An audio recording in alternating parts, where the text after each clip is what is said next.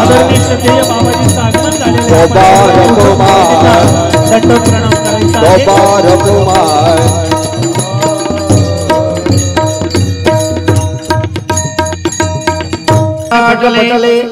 वक्षस्थले कौस्तुभम् नासाग्रीवर मुक्तिकं करतले वेणुकरे कंकणं सर्वांगे हरिचन्दनं सुललितं कंठे चमुक्तावली गोपस्त्री परिवेष्टितो विजयते गोपाल चूड़ामणि श्री गोपाल कृष्ण भगवान की जय। अगागाय साचा बाबा तुम्हा बिना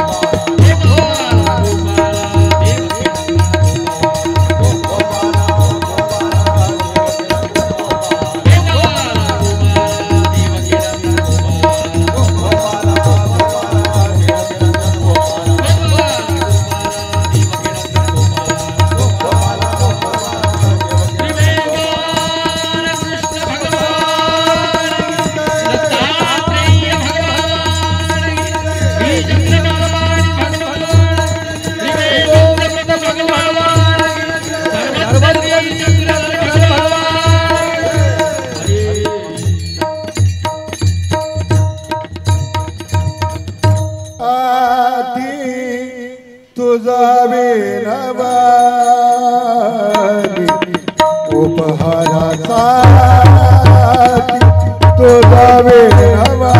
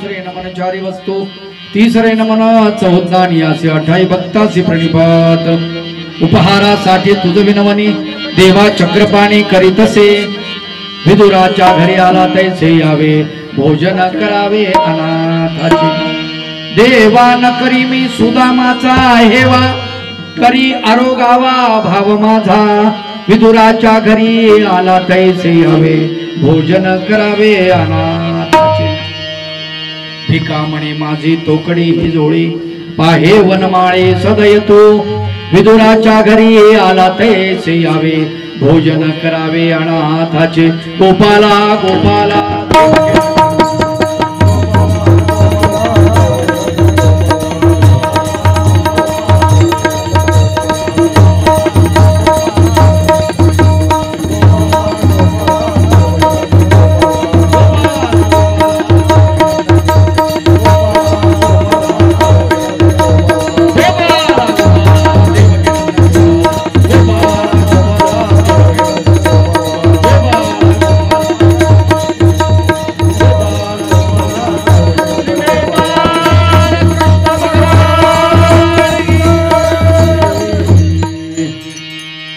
दीक्षा विधी पंचावतार उपार महोत्सव श्रीमद भागवत कथा असा त्रिवेणी संगम असलेला कार्यक्रम आणि प्रतिवर्षाप्रमाणे या गावामध्ये जे या कार्यक्रमाचं रोपटं लावलं ते आदरणीय पूजनीय प्रातस्मरणीय कैवल्यवासी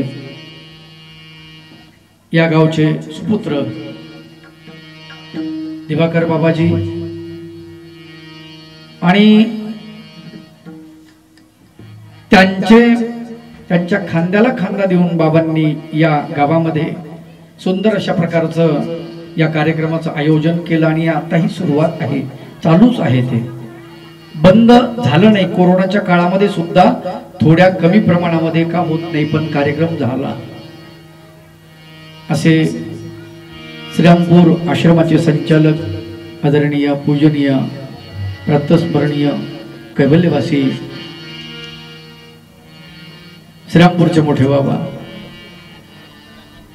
आजही त्या दोन्ही आश्रमातील मंडळी या ठिकाणी येते आणि इथला कार्यक्रम साजरा करते आज पंचावतार उपहार महोत्सव या उपहार महोत्सवाच्या निमित्ताने या ठिकाणी सेवेसाठी निवडलेला अभंग मानव पंथातील संत भिकाबाबा यांचा अभंग आहे अभंगातील प्रतिपाद्य विषय अत्यंत साधा सोपा आणि सरळ आहे 4 चरणाचा अभंग आहे आणि या 4 चरणाच्या अभंगातून संत भिकाबाबा परब्रह्म परमेश्वराला विनंती करतात विनंती पर अभंग आहे मागणी पर अभंग आहे उद्याचा समारोप त्याच्यामुळं आज मागणी करावी लागते आणि हा मागणी पर असलेला अभंग आहे आणि देवाला विनंती केलेली आहे विनंती काय आहे आम्ही देवाला विनंती करतो संत विनंती करतात फरक आहे संतांची विनंती वेगळी आमची विनंती वेगळी या अभंगाच्या माध्यमातून संत विनंती करतात भगवंताला प्रार्थना करतात हे प्रभू उपहारासाठी तुझं विनवणी देवा चक्रपाणी करी तसे देवा तुला भोजन द्यायचंय तुला जेवू घालायचंय मी तुला विनंती करतो रे बाबा माझ्या भोजनाचा स्वीकार कर असे देवाला विनंती करतात उपहारासाठी तुझं विनवणी देवा चक्रपाणी करी तसे चक्रपाणी म्हणजे चक्रधर भगवंत चक्रपाणी म्हणजे कृष्ण भगवंत चक्रपाणी म्हणजे चक्रपाणी भगवंत लक्षात घ्या आता ही मोठी गंमत आहे कृष्ण शब्द जर म्हटला तर महानुभावाचे पंचावतार त्याच्यामध्ये येऊन जातो मग कृष्ण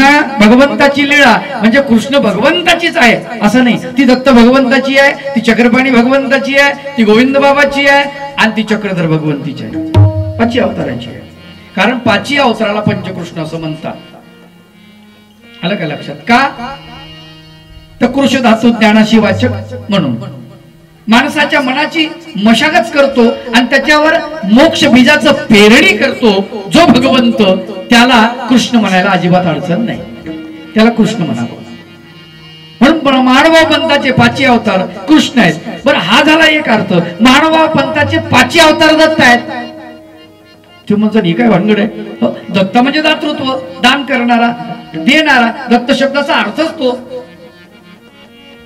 काय देतो 4 प्रकारचं दान देतो. कोणतं ग्रहणदान, संबंधदान, कैवल्यदान आणि लीळादान, असं 4 प्रकारचं दान देतो. आता ग्रहणदान करणार नाही, पण ज्याचं होतं त्यालाच दिलं त्याला ग्रहणदान म्हणतात. जसं एखाद्या श्रीमंत माणसाकडे एखादा गरीब माणूस गेलेला आहे आणि त्याच्याकडे त्याचे महिन्याचे पैसे राहिले आणि त्याने दिलेच नाही, आणि त्याचा एखादा दोस्त आहे किंवा त्याच्यापेक्षा मोठा एखादा साहेब आहे, त्याचा मित्र आहे, त्याला म्हण का हो आमचे पैसे राहिले होते ते दिलेच नाही तुमच्या मित्रांनी, असं असं असं देत नाही, बघतो त्याला दिसला तरी अरे गरीबाचे पैसे बुडवतो का, हा देतो ना, असं काय करता, लगेच देऊ वरचा दबाव आला की बरोबर. तसं देवता जीवात्म्याला फळ देत नाहीत, त्यावेळेस भगवंत मध्यस्थी करतात आणि ते फळ भगवंत देवता देत नसेल तर आम्ही देऊ, त्याला ग्रहणदान म्हणतात. सोपा अर्थ सांगितला. संबंधदान भगवंताचा स्पर्श झाला. आता या स्पर्शाच्या लीळा सगळ्यांना माहिती आहे, मी तिकडे चिरणार नाही. आलं का लक्षात? कुब्जी केला, स्पर्श झाला, काय झालं तिचं तुम्हाला सगळं माहिती आहे. आलं का लक्षात? 2 यमनार्जुन वृक्ष, त्यांना स्पर्श झाला, त्या यवनीतून वृक्ष यवनीतून मुक्त झाले, नाही का? म्हणजे ज्यांना ज्यांना भगवंताचा स्पर्श झाला त्यांचं भलं झालं. आलं का लक्षात? तर त्याला संबंधदान असं म्हणतात. ग्रहणदान, संबंधदान, लीळादान, भगवंत ज्या लीळा करतात, मग वृक्षासोबत असू द्या, प्राण्यांसोबत असू द्या, माणसासोबत असू द्या, ते लीळा दान दिलेली आहे. आलं का लक्षात? आणि शेवटचं कैवल्यदान, म्हणून त्याला दाता असं म्हणतात. दाता म्हणजे देणारा म्हणून दत्त. मग 5 अवतार दत्त म्हणून महानुभावाच्या 5 अवताराला पंचदत्त म्हणतात. आलं का लक्षात? तिसरा अर्थ, महानुभाव पंथाच्या 5 अवताराला चक्रधर म्हणतात. का? कारण चक्रधर शब्दाचा अर्थ ज्ञान चक्र, शक्ती चक्र ज्यांनी फिरवलेलं आहे. मग ज्ञान देण्याचं काम फक्त काय चक्रधर भगवंतच करतात काय? कृष्ण भगवंत नाही करत का? नाही, त्यांनी केलं. दत्त भगवंत तेही करतात, चक्रपाणी भगवंत तेही करतात, गोविंद प्रभू बाबा तेही करतात. म्हणून 5 अवताराला चक्रधर म्हणायला अडचण नाही. म्हणून इथे चक्रपाणी शब्द जो आलेला आहे, उपहारासाठी तुझं विनवाणी देवा चक्रपाणी देवा चक्रपाणी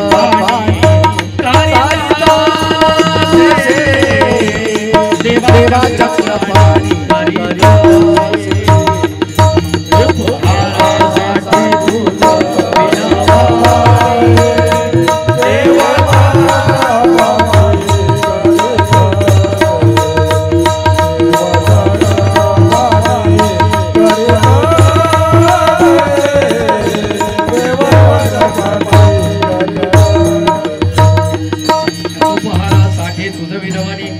चक्रपाणी करी. तसे हे भगवंता तुला उपहारासाठी विनंती करतो. देव कोणाच्याही घरी जेवायला जात नाही, लक्षात ठेवा.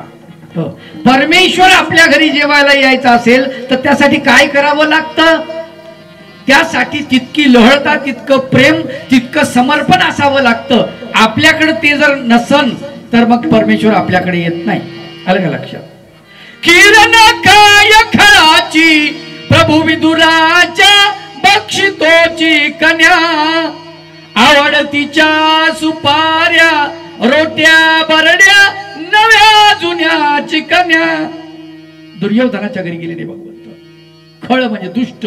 किरण खाय खळाची प्रभू विदुराच्या बक्षितोची कन्या. विदुराच्या घरी जाऊन मात्र कन्या खातात भगवंत. लक्षात ठेवा.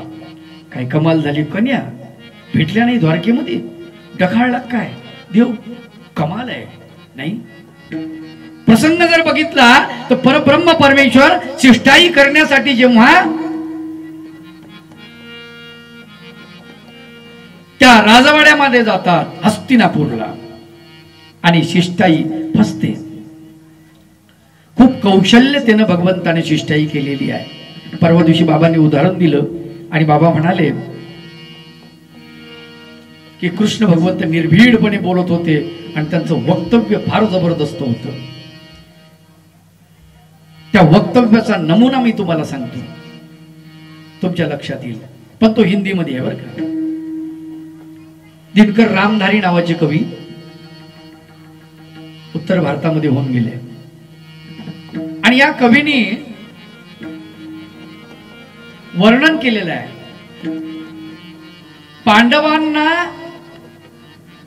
पांडवांची बाजू घेऊन भगवंत जातात, त्याचं वर्णन आलेलं आहे. वर्षों तक वन में घूम घूम बाधा विघ्नों को चूम चूम धूप घाम पानी पत्थर पांडव आए कुछ और निखर. सौभाग्य न सब दिन सोता है, देखे आगे क्या होता है. मैत्री की राह बताने को, सबको स्वर्ग पर लाने को, दुर्योधन को समझाने को, भीषण विध्वंस बचाने को भगवान हस्तिनापुर आए, पांडव का संदेश आला है. काय म्हणतात, तुम्हाला न्याय द्यायचा आहे ना, दो न्याय अगर तो आधा दो, आधा राज्य देऊन टाका. दो न्याय अगर तो आधा दो, पर इसमें भी यदि बाधा हो तो दे दो केवल 5 ग्राम. रखो अपनी धरती तमाम, हम वही खुशी से खाएंगे, परिजन पर असी न उठाएंगे.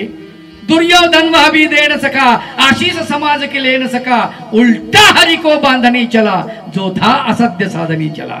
जब नाश मनुष्य पर छाता है, पहले विवेक मर जाता है. हरि ने भीषण हुंकार किया, अपना स्वरूप विस्तार किया, डगमग डगमग दिग्गज डोले, भगवान कुपित होकर बोले, जंजीर बनाकर सांध मुझे, हा हा दुर्योधन बांध मुझे. मला बांधायला निघाला, मला बांधतो. या देख गगन मुझ में लय है, या देख पवन मुझ में लय है, मुझ में विलीन संसार सकल, मुझ में लय झंकार सकल. अमरत्व फूलता है मुझ में, संघार झूलता है मुझ में. उदयाचल मेरा दीप्ति भाल, भूमंडल वक्षस्थल विशाल, भुज परिधिबंध को घेरे है, मैनाक में रूप पग मेरे है. दृग हो तो दृश्य अकांड देख, मुझ में सारा ब्रह्मांड देख. विराट रूप दाखवलं जणू काही तिथे. भगवंत काय सुंदर वर्णन आलेलं आहे.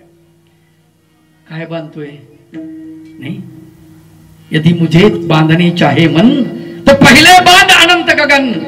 बांध हे सगळं अनंत गगन बांध. तुला बांधता येते का? कशाला बांधणार आहेस तू? अरे सगळी माझी रूप आहेत वेगवेगळी, माझ्या शक्ती आहेत, त्याला बांधू नाही शकत तू, मला काय बांधू शकणार आहेस? सुंदर वर्णन आले. आणि मग त्यानंतर बांधण्याचा कार्यक्रम भगवंताला तो कॅन्सल झाला. भगवंताला देवाला बांधता नाही येतो, नाही बांधताय. त्याला फक्त एकच बंधन आहे, त्या बंधनात तुम्ही बांधू शकता. आलं काय लक्षात? एकच बंधन आहे, दुसरं कुठलंच बंधन नाही. त्याला भक्तीचं बंधन, प्रेमाचं बंधन असं म्हणतात. आणि त्या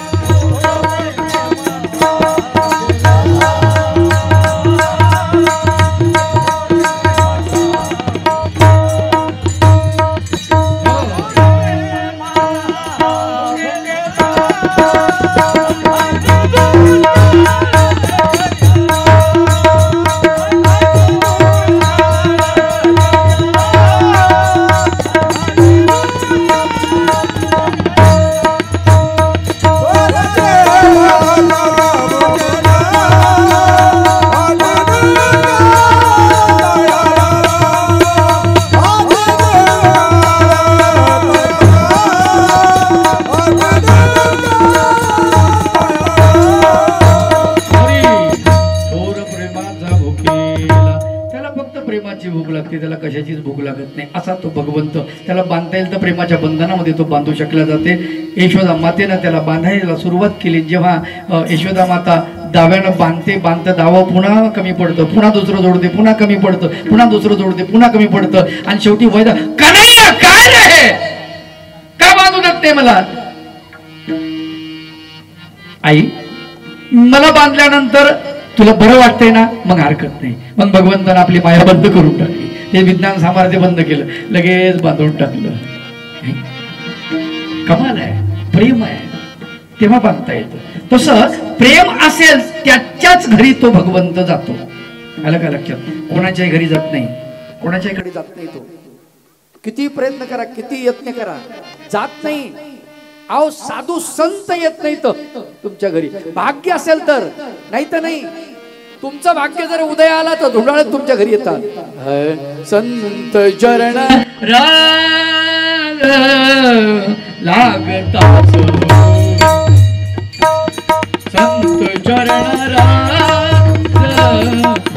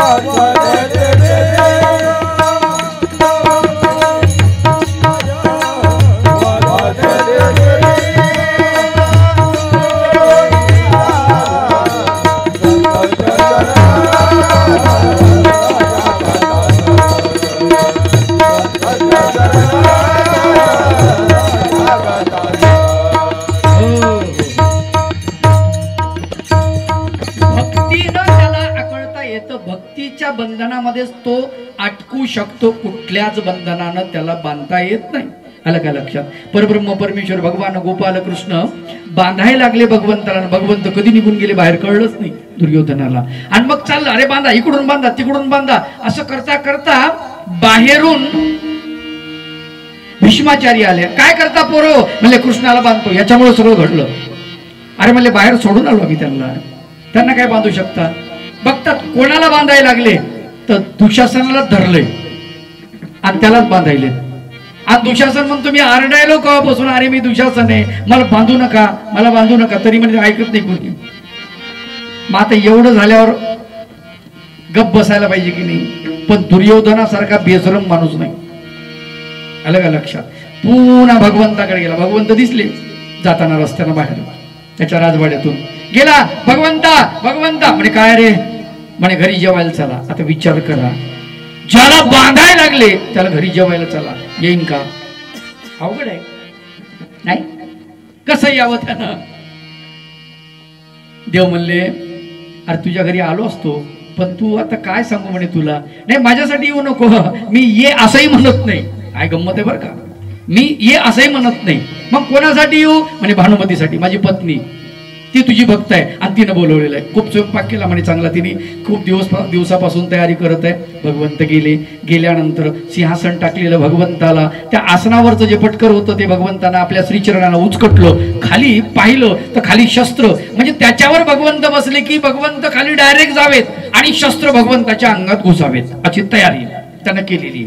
आणि मग तिला बोलवलं, त्याच्या पत्नीला भानुमतीला. म्हणले भानुमती बघ बेटा, हे पाय, हा तुझा मालक मला मारायला निघाला, कसं तुझ्या घरी जीव सांग. तुम्हाला सांगतो भानुमतीनं त्या एक गुपित सांगतो.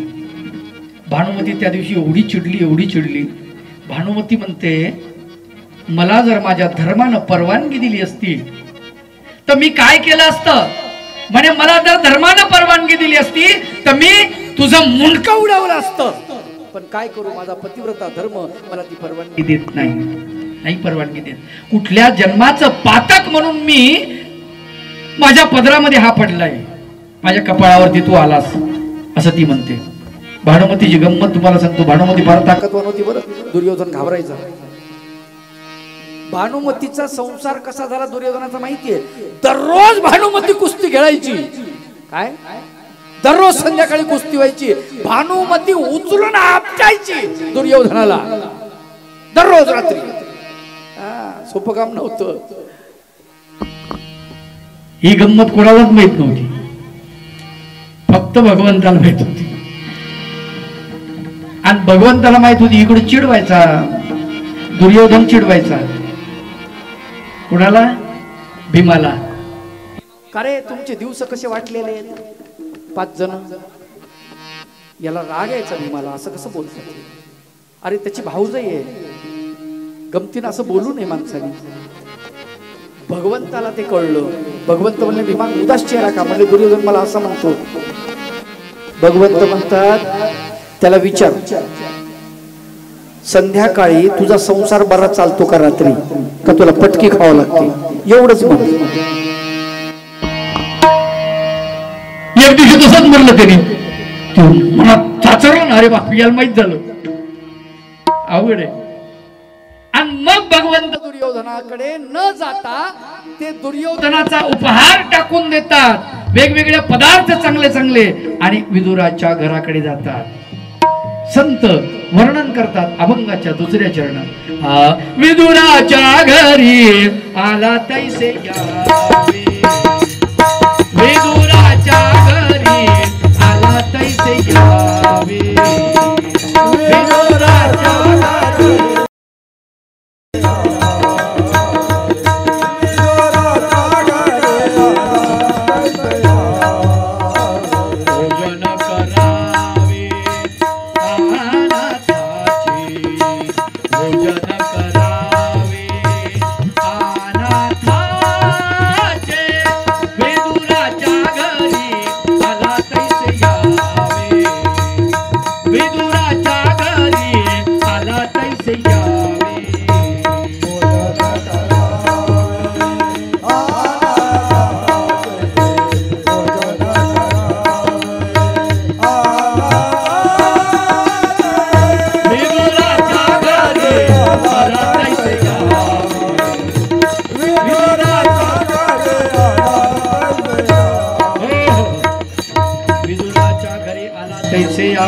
भोजन करावे अनाथाचे. भाव सगळ्यात महत्वाचा आहे, बाकी प्रतीक आहे हो, लक्षात घ्या. विडा सुद्धा प्रतीक आहे, नागिलीचे पानं प्रतीक आहे, सुपारी प्रतीक आहे, पदार्थ देवाला आता उपहार दाखवणे प्रतीक आहे.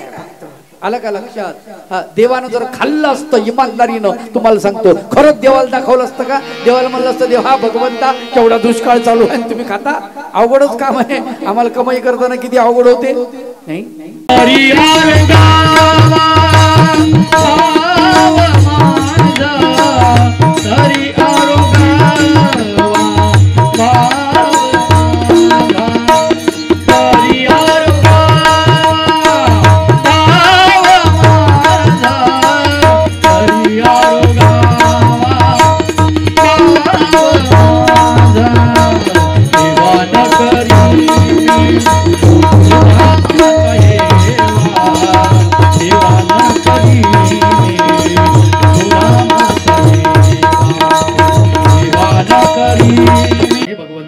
सुदामाचा हेवा करत नाही.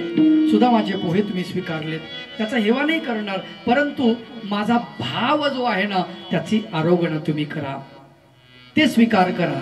तरी आरोगावा भाव माझा. विचार करा काय सुदामाकडे काय आहे? काहीच नाही ना, काहीच नाही, कसला नाही, कसलं काही संपत्ती कसलीच नाही. बरं दारिद्र्य एवढं विचित्र होतं त्याचं. तो भिक्षा मागायला जेव्हा जायचा ना सुदाम प्रत्येकाच्या घरी, तेव्हा त्या घरच्या मावल्या पिठामध्ये हात बुडवायच्या पंजे आणि त्याच्या झोळीमध्ये झाडायच्या अशा, आणि असं करून पीठ यायचं. आता किती भाकरी होती? नाही, अवघड आहे. बरं ज्याच्या घरी संपत्ती भरपूर आहे तिथं खाणारे भेटत नाही, आणि ज्याच्या घरी खाणारे आहे तिथं खायला मिळत नाही. अवघडच आहे ना, खर तर कठीणच आहे. आपल्याला चित्र दिसतं. तुकडोजी बाबांनी देवाला प्रश्न विचारला, देवा भगवंता केवढे हाल आहेत या लोकांचे. प्रभू हा खेळ दुनियेचा कशाला सांग केलाची,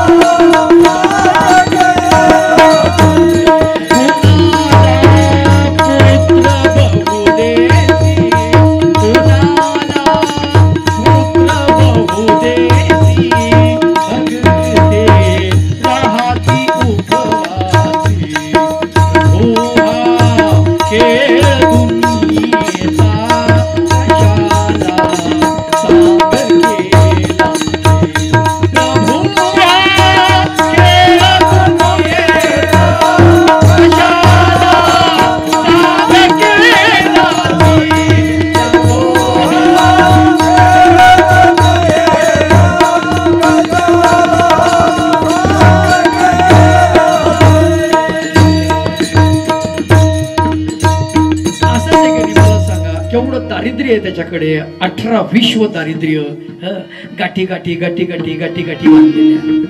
मानोबा पंथामध्ये सुदाम चौक नावाचं काव्य आणि अप्रतिम आहे हो. 5 चालीमध्ये. आता आम्हाला पंथीयांना त्या चाली आठवणार नाही.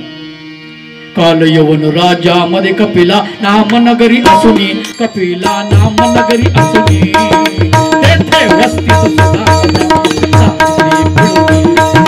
तेथे वस्तीत सुदाम नित्य करुणी कोणान मिळवली आणि तसे सदनी मिळवली आणि तसे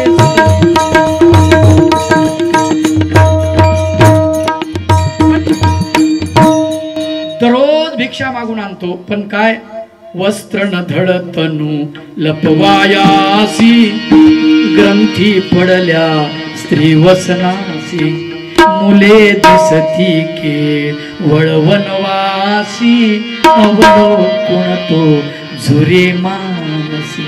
अवघड आहे अशी त्याची दारिद्र्य का सुदामाची. पण असा दरिद्री असलेला सुदाम कमाल आहे हो. पण त्या सुदामाचं कर्ज किती आहे? मुठभर पोह्याचं. ऋण तरी मुष्टी पोहे त्याच्या व्याजात हे मन गरीती, ऋण तरी मुष्टी पोहे त्याच्या व्याजात हे मन गरीती, मुदलात मुक्ती देणे ही कोण्या शावकाराची रीती. काय ऋण आहे, काय कर्ज आहे भगवंतावर? मुठभर पोह्याचं कर्ज. पण त्याच्या व्याजामध्ये सोन्याची नगरी दिली भगवंताने. आणि मुद्दलामध्ये मुक्ती. का? अन्नदान उत्तम आहे, पहिला महत्वाचा मुद्दा. दुसरा अहेतुक माया पूर्वजन, प्रेमाप्रती साधन. परब्रह्म परमेश्वराच्या ठिकाणी जर भजन घडलं तर त्याचं प्रेम होतं भगवंताचं आणि तो मोक्षाच्या वाटेला लागतो. केवढा मोठा सिद्धांत आहे. सगळं दारिद्र्य नष्ट झालं, सगळंच नष्ट झालं. आलं का लक्षात? कशामुळे? भाव. नकाष्टे विद्यते देव. सुभाषितकार फार सुंदर वर्णन करतात. काष्टानं लाकडानं देव पावत नाही म्हणले. नकाष्टे विद्यते देव न पाशाने न मृण्मये. पाषाणानं तो पावत नाही. किती डोकं आपटा नाही पावत. मृण्मये म्हणजे माती. न पाशाने न मृण्मये भाव ही विद्यते देव. कशाने देव प्राप्त होतो? भाव. तस्मात भावो ही कारणम. म्हणून भावच सर्व गोष्टीला कारण आहे. लक्षात घ्या. म्हणून भावच सगळ्या गोष्टीला कारण आहे. म्हणून देवा भगवंता देवा न करी मे सुदामाचा हेवा, तरी आरोगावा भावमाल. आणि भगवंतानं ते हिसकावून घेतले. तुम्ही बघितलं नाही का? काल पाहिलं. पोहे हिसकावून घेतले भगवंतानं सुदामाकडून. सुदामाच्या अंगावरचं ते उपरणं, त्याला अनेक गाठी, त्या एका गाठीमध्ये पोहे. आणि जेव्हा भगवंत गाठी सोडायला लागतात सुदामा हसतो. देवा अरे या गाठी सोडशील, या दारिद्र्याच्या गाठी आहेत. अरे माझ्या अंतःकरणामध्ये क्रोधाची, लोभाची, मोहाची, मत्सराची, अविद्येची गाठ पडली. ती कधी सोडणार? ती सोडली तर जवळ देव म्हणले शांत बस, ती बी सोडतो. चिंता करू नको, गाठी सोडणार आहे मी. आणि त्याच्या अविद्येच्या गाठीला हात घातला भगवंतानं आणि तिथे पोहे निघालेले आहेत. आता मला सांगा, उन्हाळ्याचे दिवस रस्त्यानं चालला, पोहे उपरण्यात बांधलेले, उपरणं अंगावर, उपरण्यानं तोंड पुसायचं, अंग पुसायचं. पोह्याला किती सुंदर वास आला असं नाही आहे की नाही? छान वाटत असतील पोहे. जसे भगवंतानं पोहे पाहिले आणि तुटून पडला भगवंत पोह्यावरती. हजारो दिवस जसा उपवास. अरे हो खरंच आहे. भाव दिसला की भगवंत भावावरती तुटून पडत असतो. लक्षात ठेवा, पदार्थावर नाही, भावावर. सुदाम हात जोडून बसलेला आहे. काय देवा, हे दारिद्र्याचं लक्षण. तुला द्यायसाठी काहीच नाही प्रभू माझ्याकडे. आणि हे पोहे असे सडके, घामानं भिजलेले, कुंभट झालेले वास येणारे पोहे. एक मूठ खाल्ली, दुसरी मूठ भगवंतानं खाल्ली. रुक्मिणी देवी धावत आली. तिसरा मूठ खाताना भगवंताचा हात पकडला. म्हणले आम्ही कोण आहोत? म्हणले तुम्ही आमच्या अर्धांगिनी. मग याच्यावर आमचा अधिकार आहे काय? तुमच्या प्रत्येक गोष्टीमध्ये आमचा हिस्सा आहे ना. आम्हाला तुम्ही एकटेच खाता का? आता ह्या दोघांची भाषा कोणालाच माहित नव्हती. तिसरी मूठ जर खाल्ली असती ना तर द्वारकेचंही राज्य त्याला दिलं असतं. आणि देव म्हणले असते चलो जंगल में अभी, इथं थांबायचं नाही का? म्हणले असते सुदामाला देऊन टाकले. हे आपलं नाही. आता हे रुक्मिणीला माहित होतं आपल्या बरोबर देवन देवाच्या बरोबर आपण सगळे कुठं? हिमालयाकडे पर्णकुटी बांधून राहावं लागन. म्हणजे देवा तिसरी खाऊ नका, तुमच्या पाया पडते. कमाल आहे, किती उदार आहे देव नाही का? प्रचंड उदार. पण आपण थोडस तरी दिलं पाहिजे, थोडं दिलं पाहिजे. द्रौपदीचं भाजीपान भगवंतानं घेतलं, भरपूर अन्न दिलं, 88,000 ऋषींना जेव घातलं, पण भाजीपान अगोदर स्वीकारलं. थोडं थोडं तरी द्यावं लागतं आपल्याला. बोटभर चिंदी हरकत नाही, भरजरी वस्त्र दिले, पण अगोदर बोटभर चिंदी द्यावी लागली. थोडं तरी द्यावं लागतं आपल्याला. थोडं द्या, बाकी भरपूर येते. साधारण गणित तुम्हाला सांगतो, जमिनीमध्ये तुम्ही ज्वारीचा एक दाणा टाकला तर एका दाण्याला एक कणीस येते. म्हणजे कमीत कमी 250 ग्राम तरी ज्वारी निघते. विचार करा किती पट दिलंय, किती पट येते? हजारो पट आहे. एका दाण्याचं वजन किती आणि त्या एका कणसाचं वजन किती? विचार करा. निसर्ग जर असा देतो तर तो प्रत्यक्ष भगवंत ज्याने निसर्ग निर्माण केला तो किती देत असेल याचा विचार. पण त्याला द्यावं लागतं. थोडं द्या. काय द्या? मी असं नाही म्हणत, तुम्ही श्वासातला श्वास द्या, घासातला घास द्या, जे तुमच्या ताटामध्ये आहे ते द्या. आमच्या महाराष्ट्रामध्ये एक पद्धत होती पहिले. दुरडीमध्ये भाकर असायची, 2 भाकरी शिल्लक करायची माऊल्या. आणि का तर पाहुणे सगळ्यांचे जेवण होईपर्यंत जेवायला बसल्यानंतर मालक जरी जेवायला बसला, जुना म्हातारा माणूस जेवायला बसलं तर तुम्हाला माहिती त्याची खोड काय असते. ते आपल्या ताटातले 2 भाकरी असेल ते 1 भाकर बाजूला काढून ठेवतं. काहून? माझं जेवण होईपर्यंत जर कोणी आलं तर ही भाकर मी त्याला देईन. काय कमाल आहे, काय नियोजन आहे.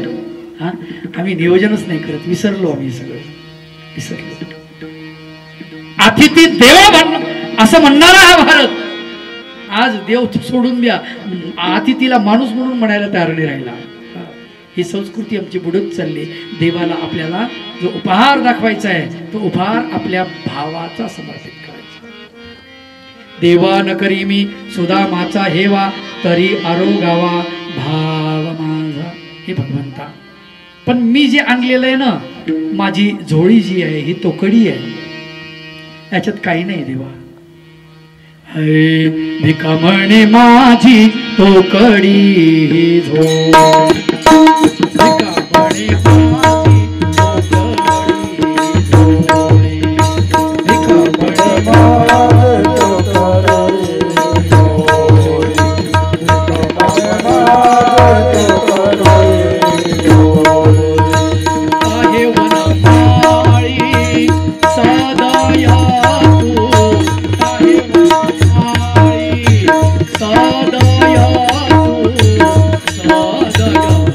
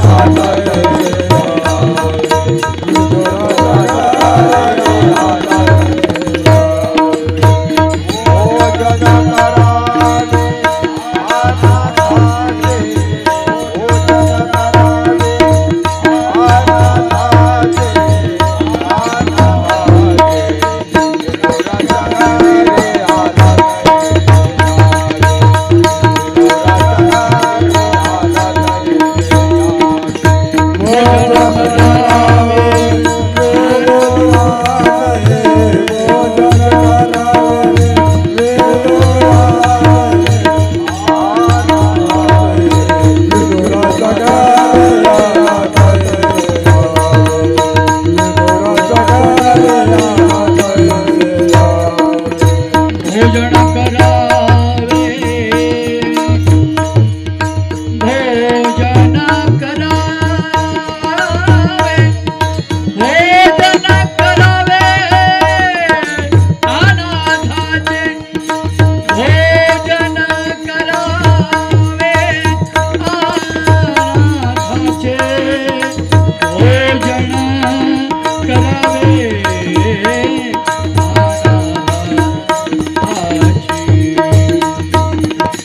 भोजन करावे अनाथाचे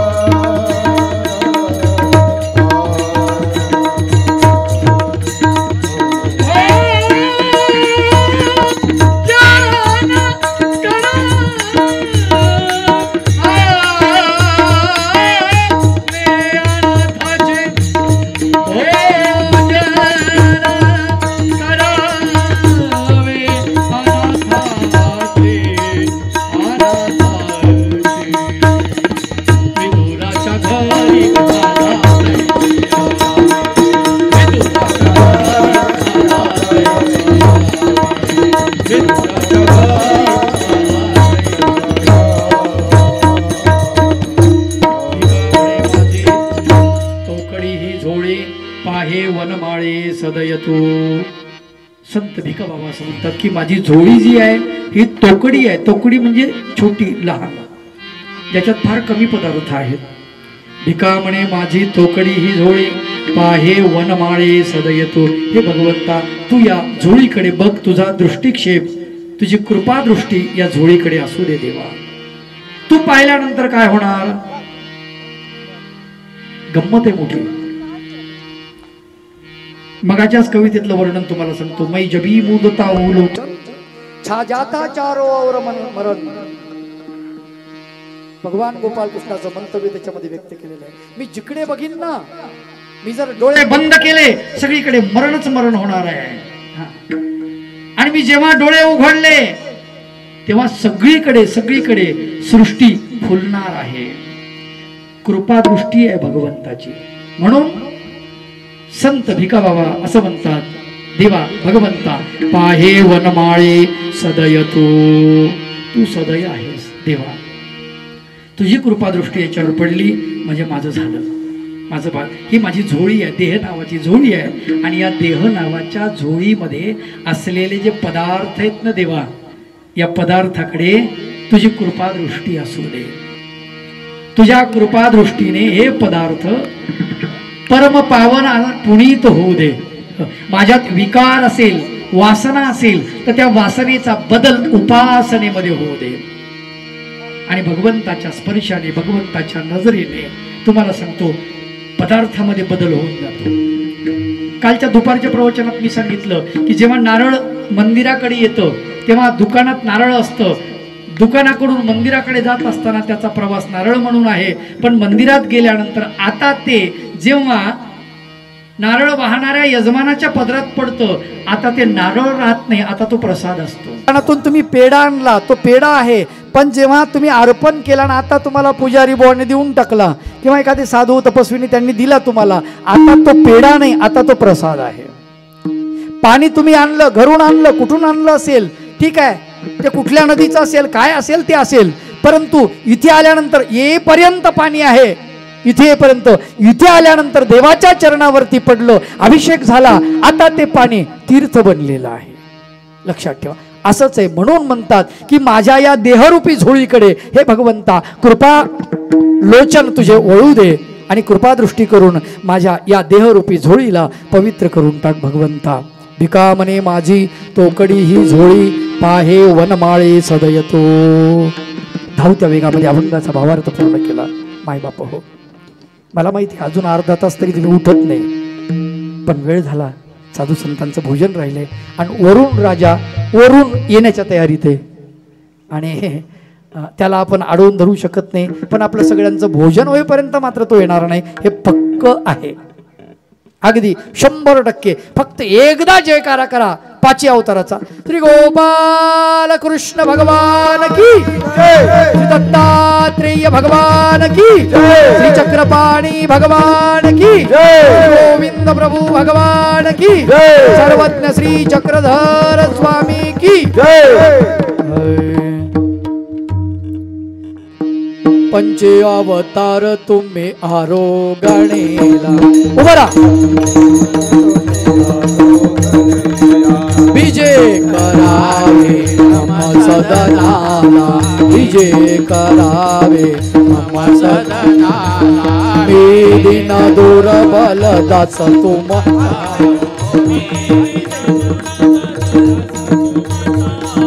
पावन करावे मजपतिता हो, पावन करावे मजपतिता. विनंती माझी तुम्ही अंगीकारावी, विनंती माझी तुम्ही अंगीकारावी. आरोग्य नाम मनित स्वीकारावी, आरोग्य नाम स्वीकारावी. प्रसन्न होणी माझ प्रसाद द्यावा, प्रसन्न होणी माझ प्रसाद द्यावा. अशुद्ध जीव मम शुद्ध करावा, अशुद्ध जीव मम शुद्ध करावा. आबा कुमारचिती भावे मनाला, आबा कुमारचिती भावे मनाला. प्रेम दान द्या मज गरीबाला, प्रेम दान द्या मज गरीबाला. पंचे अवतार तुम्ही आरोगणेला, पंचे अवतार तुम्ही आरोगणेला. विजय करावे मम सदनाला, विजय करावे मम सदनाला, विजय करावे मम सदनाला.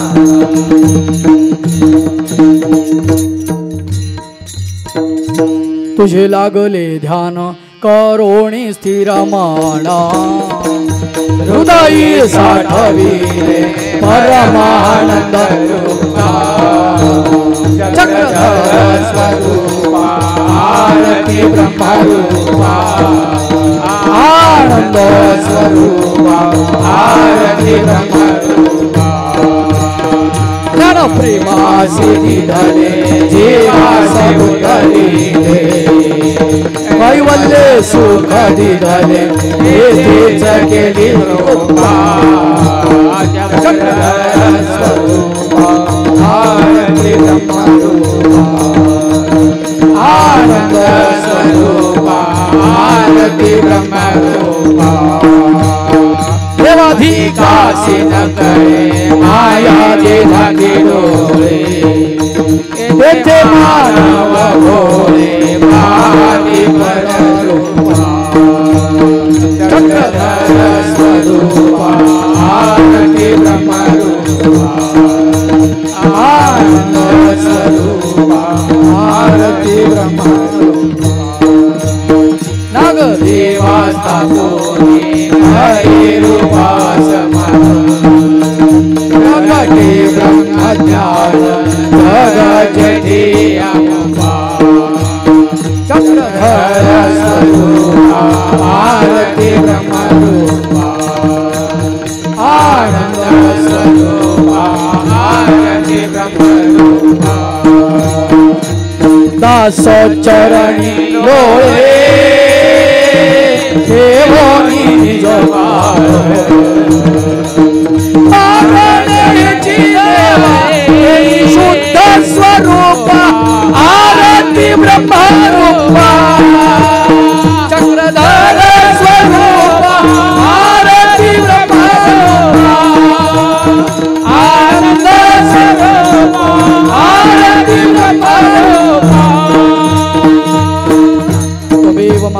च पिता त्वमेव बन्धुश्च सखा त्वमेव विद्या द्रविणं त्वमेव सर्वं मम देव पापोऽहं पापकर्माहं पापात्मा पापसम्भव त्राहि मां कृपया देवो शरणागतवत्सल वसुदेवसुतं देवं कंसचाणूरमर्दनं देवकी परमानन्दं कृष्णं वन्दे जगद्गुरुं सह्याद्रिशिखरे रम्यम् आत्र्यणसूयनन्दनं तं वन्दे परमानन्दं दत्तात्रेयं जगद्गुरुं फलस्थानगरे जातं वाराणस्यानिवासिनं अहं चक्रपाणिं जनकाद्विजनन्दनं नेमम्बोदरसम्भूतं कानवादन्तनायिका प्रभुं नमामि गोविन्दं जीवाविद्याविभञ्जनं पुत्रं विशालदेवश्च नित्यमुक्तिप्रदायकं कालनी परमानन्दं वन्दे चक्रधरं विभो वन्दे चक्रधरं विभो वन्दे चक्रधरं श्री गोपाल कृष्ण भगवान की दत्तात्रेय भगवान की जय श्री चक्रपाणि भगवान की जय श्री गोविंद प्रभु भगवान की जय सर्वज्ञ श्री चक्रधर भगवान की जय यथामती यथावकाश धावत्या वेगात अभंगाचा भावार्थ पूर्ण केला झालेली सेवा श्री दत्त प्रभू चरणी समर्पित करतो।